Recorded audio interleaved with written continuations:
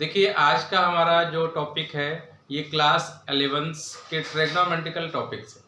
Trigonometrical जो है questions ऐसे आते हैं जो कि आप लोग को थोड़ा थोड़ा कहीं न कहीं प्रॉब्लम क्रिएट करते हैं।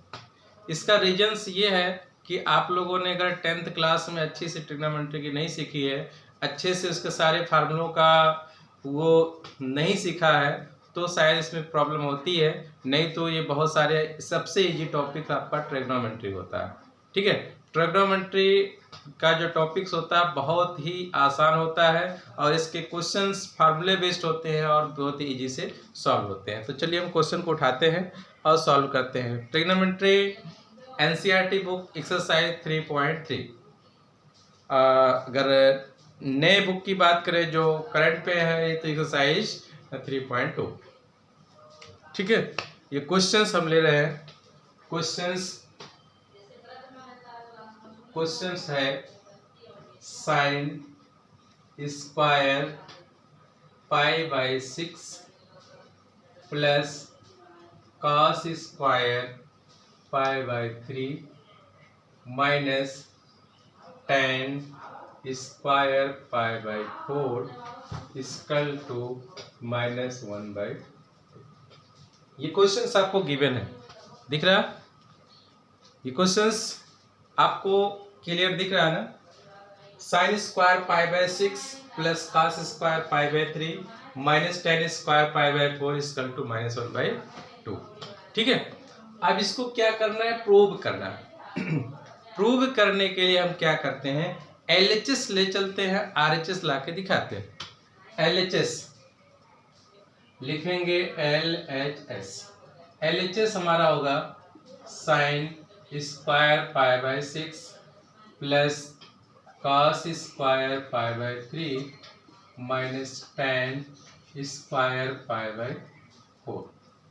ठीक है, ये आपका क्वेश्चन है। LHS हमने ले लिया। अब इसको हमें सॉल्व करना है। क्या करना है? सॉल्व करना है। तो सबसे पहली बात तो ये है कि जो पाई है, पाई की वैल्यू क्या होती है? पाई की वैल्यू होती है 180 डिग्री और पाई की वैल्यू 22/7 भी होती है। लेकिन यहाँ पे आपको एंगल से रिलेटेड है तो पाई की वैल्यू आपको 180 डिग्री रखनी है। तो पुट कर दीजिए जहाँ जहाँ पाई की value sign square pi by 6 sign square पाई की वैल्यू रखेंगे तो 180/6 cos square 180/3 minus ten square 180/4। अब इसको आप कट कर दीजिए। साइन स्क्वायर 6 से 180 को कट करेंगे तो 30 डिग्री आएगा, प्लस कॉस स्क्वायर 3 को 180 से कट करेंगे 60 डिग्री आएगा, और टेन स्क्वायर 4 से कट करेंगे तो ये 45 डिग्री आएगा। ठीक है, ये वैल्यूज आ गए आपके। अब इसको हम क्या करते हैं? साइन स्क्वायर 30, साइन 30 की वैल्यू कितनी होती है? साइन 30 की वैल्यू होती है 1/2, तो ये हो जाएगा 1/2। ये होल स्क्वायर है तो स्क्वायर लगा देते हैं। और cos 60 की वैल्यू भी 1/2 होती है तो ये whole square minus ten square, ten 45 value 1 होता है तो ये 1 स्क्वायर हो गया। अब देखिए 1/2 का होल स्क्वायर हो जाएगा तो 1/4, 1/2 का होल स्क्वायर 1/4, 1 का स्क्वायर 1 होता है। अब देखिए एलसीएम सेम है, पावर एलसीएम दोनों का सेम है तो ऊपर ऐड हो जाएगा 2/4 माइनस 1, 2 से कट जाएगा तो 1/2 माइनस 1 इक्वल टू -1/2। तो यही आपको प्रूव करना था। हो गया? ठीक है, समझ में आ रहा? अब नेक्स्ट क्वेश्चन देखिए। अगला क्वेश्चन है ऐसे ही सेम अगला क्वेश्चन जो है उसको भी ध्यान से देखिएगा। क्वेश्चन नंबर इसी का सेकंड है। क्वेश्चन नंबर सेकंड सेम ऐसे ही है। ये है 2 साइन स्क्वायर।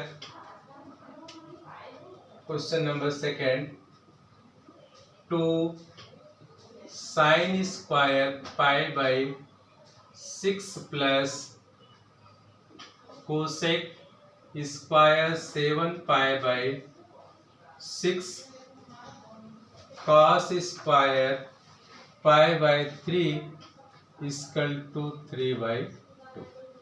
ये क्वेश्चन है, इसको हमें सॉल्व करना। सॉल्व क्या करना, प्रूव करना है। एलएचएस ले चलना है, आरएचएस ला के दिखाना। एलएचएस ले चलना है, आरएचएस ला के दिखाना है। तो एलएचएस लिखेंगे 2 sin square π/6 plus cosec square 7 π/6 into cos square π/3। Clear है? नो प्रॉब्लम, कहीं भी कोई प्रॉब्लम नहीं होनी चाहिए। अब इसमें वही काम करना है जो अभी आपने पहले क्वेश्चन में किया था। पाई की वैल्यू सब जगह पुट कर दीजिए, सॉल्व करिए। पाई की वैल्यू सब जगह पुट करिए, उसके बाद जो डिनोमिनेटर में उसको डिवाइड करिए, उसके बाद बताइए क्या आ रहा। चलो हम भी करते हैं। तो हो जाएगा 2 sin square 180/6 plus cosec square 7 into 180/6 और कॉस स्क्वायर 180/3। ठीक है, यहाँ तक किसी को कोई प्रॉब्लम्स नहीं होने वाले हैं। ठीक है, अब ये हो जाएगा 2, इसको कट कर देंगे, साइन 6 से कट करेंगे तो ये हो जाएगा 30, साइन स्क्वायर 30 हो गया, प्लस कोसेक स्क्वायर, इसको भी करेंगे 6 से 30 हो जाएगा, 6 से 30, 30 को 7 से मल्टीप्लाई करेंगे तो हो जाएगा 210 डिग्री, और कॉस स्क्वायर 3 से कट करेंगे तो ये आपका 60 डिग्री आ गया। ठीक है, कहीं भी कोई डाउट हो तो तुरंत आप लोग बताते रहेंगे, बाकी हम आपको सॉल्व कर रहे हैं। 2 साइन स्क्वायर 30, साइन 30 की वैल्यू कितनी होती है 1/2, तो यहाँ पे हो जाएगा स्क्वायर है तो 1/2 का होल स्क्वायर, प्लस कोसेक।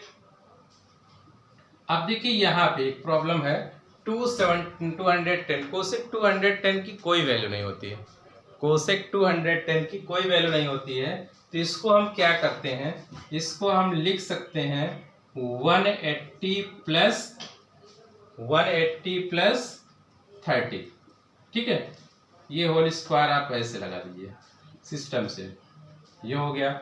और ये cos 60 की वैल्यू आपको पता है 1/2 होता है, तो इसका आप स्क्वायर कर दीजिए। ठीक है, अब 2, अब देखिए ये है 1/2 का स्क्वायर मतलब 1/4, plus cosec 180 plus theta, cosec 180 plus theta किस कोऑर्डिनेट में जा रहा है, सेकंड कोऑर्डिनेट। सेकंड कोऑर्डिनेट क्या होता है, साइन और कोसेक पॉजिटिव होते हैं, बाकी सब नेगेटिव होते हैं। तो यहाँ पे पॉजिटिव आएगा, ये आएगा कोसेक का कोसेक ही रहेगा, कोसेक अगर स्क्वायर है तो स्क्वायर हो जाएगा 30 डिग्री, और ये हो जाएगा 1/2 का स्क्वायर 1/4 हो गया। ठीक है, इसको इससे कट कर दिया गया तो 1/2 प्लस, और कोसेक 30 की वैल्यू क्या होती है 2 का स्क्वायर इंटू 1/4, और 2 का स्क्वायर होता है 4, 1/3 प्लस 4 इंटू 1/4, 4 से 4 कैंसिल, बचेगा क्या, ये 1/2 है, तो यहाँ हो जाएगा 1/2 प्लस 1, एलसीएम ले लेंगे, 2 1 2 1 3/2। हमें यही प्रूव करना था, आ गया आरएचएस। ठीक है, लास्ट में आप ऐसे प्रूफ लिख देंगे, आपका पूरा का पूरा आपका आंसर सही है। हाँ, लिखने का तरीका, प्रेजेंटेशन का तरीका ऐसे सेम होगा, स्केल 2 के नीचे स्केल 2 चलेगा, आगे पीछे इधर उधर नहीं चल रहा है, नहीं तो तुरंत मार्क्स आपके डिडक्ट होते हैं, और ये आपको उन स्टूडेंट को घातक हो सकता है जो खासकर पढ़ने में बहुत अच्छे हैं और उनका प्रेजेंटेशन गलत होने की वजह से वो मेरिट में नहीं आ पाते हैं। ठीक है, इसलिए आप लोग इसके लिए विशेष सुधार करें। ठीक है, अब इस टाइप के जो और सारे क्वेश्चंस हैं आप लोग अटेम्प्ट करिए, अगर नहीं आता है तो फिर आपको बताया जाएगा, कमेंट सेक्शन में डालेंगे।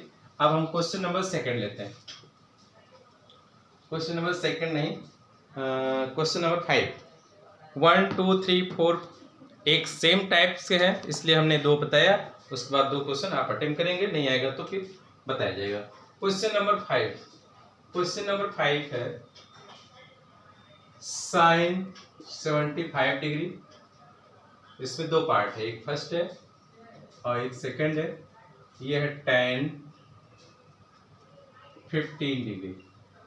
ठीक है, ये 2 क्वेश्चन हैं इसमें और दोनों इंपॉर्टेंट हैं। ध्यान से देखिए कैसे लगेगा ये। साइन 75 डिग्री है, tan 15 डिग्री। ना तो 75 डिग्री की वैल्यू पता है, ना तो 15 की डिग्री की वैल्यू पता है। ठीक है, तो ऐसे क्वेश्चन जब आते हैं तो हम क्या करते हैं, कैसे लगाते हैं, उसको ध्यान से देखिए। फर्स्ट है, ये है साइन 75 डिग्री। साइन 75 को लिख सकते हैं 45 प्लस 30। 45 और 30 को ऐड करेंगे तो 75 ही आएगा। आपको एक फार्मूला बताया गया होगा, अगर नहीं बताया गया तो देखिएगा। Sine A plus B equal to होता है sine A cos B plus cos A sine B. ठीक है, इस फार्मूले से आप यहाँ पे पुट करेंगे, सेम यहाँ फार्मूला लगाएंगे। तो क्या है, sine A plus B sign A cos B cos A sine B. तो यहाँ पे क्या हो जाएगा, साइन ए मतलब 45 into cos 30 plus cos 45 into sine 30। ठीक है, साइन 45 की वैल्यू कितनी होती है, साइन 45 की वैल्यू होती है 1/√2, 1/√2। कॉस 30 की वैल्यू होती है √3/2। cos 45 की वैल्यू 1/√2, sin 30 की वैल्यू 1/2। ठीक है, अब देखिए ये हो जाएगा √3 1 जा √3 और 2√2 ऐसे हो गया।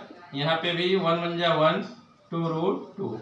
अब देखिए दोनों का एलसीएम सेम है तो आप डायरेक्टली ऐड कर दीजिए, ये आपका आंसर आ गया, ये आपका आंसर आ गया। ठीक है, सेम ऐसे ही क्वेश्चन नंबर 2 है, बट यहाँ पे tan का फार्मूला लगेगा। इसको भी रेस कर देते हैं, जल्द देखिएगा। tan 15 डिग्री है। अब tan 15 डिग्री है, tan 15 डिग्री इसको हम कह सकते हैं tan 45 माइनस 30। ठीक है, 45 में से 30 माइनस करेंगे तो ये कितना आएगा, 15 ही आएगा। तो अब यहाँ tan 45 माइनस 30 15 होगा। तो यहाँ पे फार्मूला होता है, अब डायरेक्ट हम लिख देते हैं, tan a माइनस b का फार्मूला होता है tan 45 minus tan 30 upon 1 plus tan 45 into tan 30। हम फार्मूला बगल में लिख देते हैं।